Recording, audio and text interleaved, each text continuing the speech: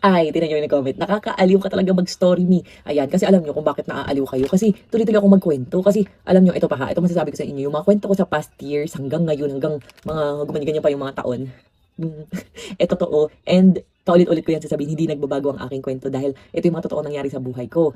Napansin niyo kung ano lang yung lumabas sa bibig ko, ipo-post ko yun kahit kahit may negative akong nasabi or what, ipo-post ko yun. Hindi ko para i-filtered lahat na dapat yung maayos lang kasi baka ma-bash ako. Wala akong pakialam. Kasi nga siyempre, gumawa ka ng mabuti, gumawa ka ng ayos, tama, bash ka pa rin naman ng iba. So, post mo lang yung totoong ikaw, ganun lang ang mindset ko. And sabi ko, wala naman akong pakialam sa bashers as long as alam ko naman sa totoo, hindi ako ganun, hindi ako ganyan, bash sila ng bash, sabi-sabi ng ganyan, hindi ako ganyan. Okay lang, kasi ang masakit lang naman kapag binabash ka sa totoong ikaw. Kumbaga, binasinabi ka ng ganito, totoo ganun ka, ma-hurt ka talaga pag ganun. Pero kapag hindi totoo, mga pinanghuhusga, pinambabash, walang effect talaga yan. Ayan. So, and sabi ko nga sa inyo, ang importante lang sa akin sabihin ng asawa ko, mga anak ko, mga magulang ko, yun lang importante sa akin. Pero the rest, kahit husgahan nyo ang buong pagkatao ko, bash nyo ko, wala akong pakialam. Kasi hindi naman kayo yung kasama ko araw-araw. Ang nakakakilala sa totoong Rosmar ay yung mga kasama ko sa bahay, like sina Ate Andy, sina Ate Dayan, sina Ate Jean. Yung mga yun, kilalang kilala nila ako kasi kitang-kita nila ako nagtatatakbo ng walang ano, Charis.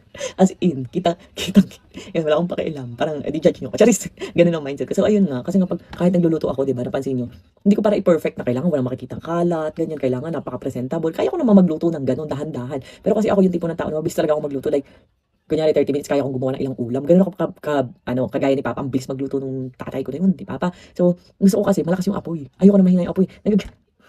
Nag-iinis ako pag mahina yung apoy, parang ano ba 'to, ang dami ko na sanang nagawa. Parang gano'n kasi ako, kasi ang bilis ko talagang kumilos, gano'n ako. So, ayun. Ayan, more story time tayo, huwag kayong mag-alala. Basta mag-comment-comment lang kayo ng topic kasi ang hirap namang magsalita mag-isa 'no, nagsasalita ka na nga mag-isa, mag-isip ka pa ng topic. So ayun, mag-comment-comment kayo, magtanong-tanong kayo, sagutin ko kayo kung ano ang totoo, kung ano ang, totoong Rosmar, gano'n, kung ano ba talaga ginagawa ko. Hindi para pagtakpan ko yung sarili ko na kunyari ganito parang perfect sa paningin niyo. Katulad ng gumawa ako ng macaroni. Eto na yun, sasagutin ko na kayo about sa macaroni na yan. Alam niyo ba, first time kong gumawa ng macaroni yun. And kinontent ko lang kasi nga, saka ito nga, di ko alam kung bakit kailangan mauna daw yung ganito, mauna yung ganito, mahuli yung mayo. Ipaghalo-haluin ko rin naman yun, di ba? Ganun yung mindset ko. Pero yun nga, first time ko kasing gumawa. Hindi ko alam kailangan parang palamigin muna yung noodles bago ilagay yung ibang lahok. Hindi ko talaga alam kasi nga first time kong gumawa. Tinanong ko pa nga si Ate Andy kasi sila yung nag-push na macaroni. Ang gusto ko talaga macaroni spaghetti. Kasi nga mahilig ako sa red sauce, ayaw ng mga white ganun. Sabi ko, Ate Andy, ano ba itong macaroni na to? Dapat ba ito sinaserve ng malamig o mainit? Sabi niya sa akin, malamig daw. Sabi, oh, di okay.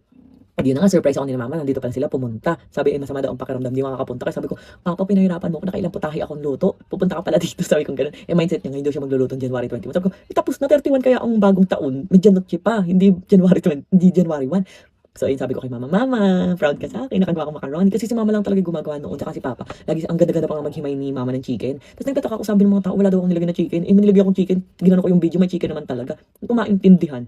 Sabi ko, ay, ang dami nag-comment, wala daw chicken. Sabi ko, ba't ganun? Ako lang ba nakakita na nilagay kong chicken? Kung ganun, ginano ko talaga, meron talagang chicken. Tapos ayun, sabi nila, ba't walang cheese? Guys, hindi ako mahilig sa cheese. Kasi piling ko parang ako magpupururot.